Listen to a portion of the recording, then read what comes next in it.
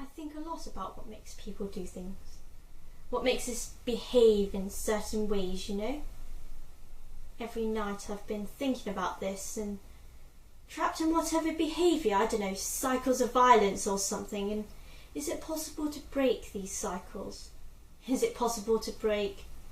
And I'll be sitting there thinking about this, and this cat, this gorgeous cat with no tail, would come to my door.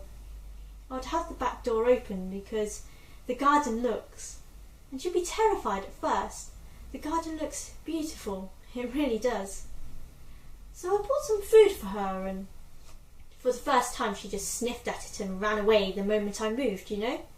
No sign of her for the rest of the night, and I'm thinking, reactions and responses, patterns, violence breeding violence, and the next night she's in a bit further and I'm looking at her tail and I'm thinking, that's been cut off.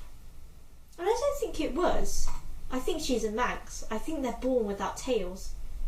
And the next night she's further in and I'm beginning to get used to this, beginning to look forward to it.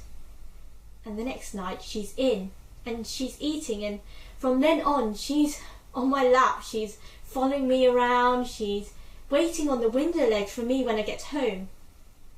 And we sit there every night and I'm thinking, behaviour and patterns.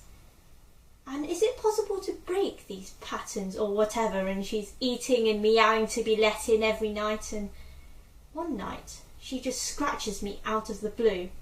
Cats, you know, just a vindictive cat scratch. She knew she'd done wrong. Took her 3 nights to get back into my lap. And I'm stroking her and I'm thinking, warm, delicate, you know? And I put my hand around her neck and I squeeze and I squeeze until her neck is about the thickness of a rope, and I still squeeze, and I'm sitting there. And this was last night with this dead cat on my lap, and I thought I'd come in and see you. And here I am.